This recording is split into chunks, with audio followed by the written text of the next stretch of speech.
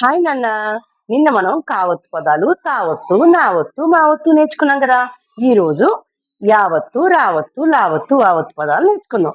యాకి యావత్తు: అయ్య, అన్నయ్య, రొయ్య, గొయ్య, నుయ్యి, చెయ్య, నెయ్య, వెయ్యి, పొయ్యి, పెయ్య.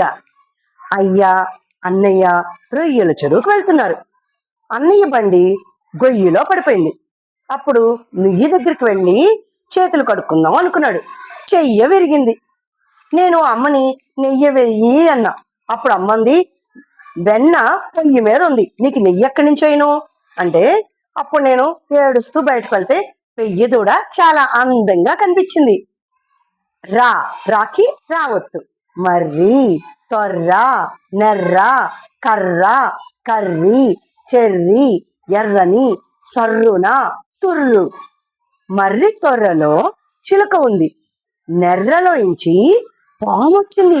కర్రతో కొట్టేశాం. కర్రి ఆవు చెర్రి చెట్టు కింద కట్టేశాం.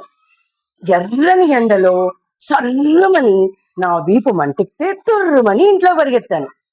లాకి లావత్తు: తల్లి, చెల్లి, బల్లి, పిల్లి, గల్లి, పల్లీలు, శ్రీవల్లి, మల్లె.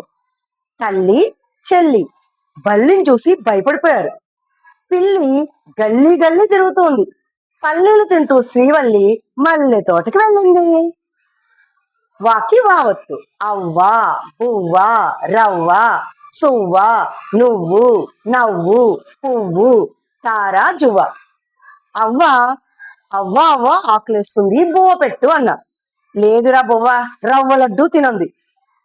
నాకు వద్దు, రవ్వ లడ్డు, బువ్వ కావాలన్నా. సొవ్వ తీసి ఒకటి ఇచ్చింది. నువ్వు నన్ను కొట్టావని నాన్నకు చెప్తే అవ్వ చక్కగా నవ్వుతుంది.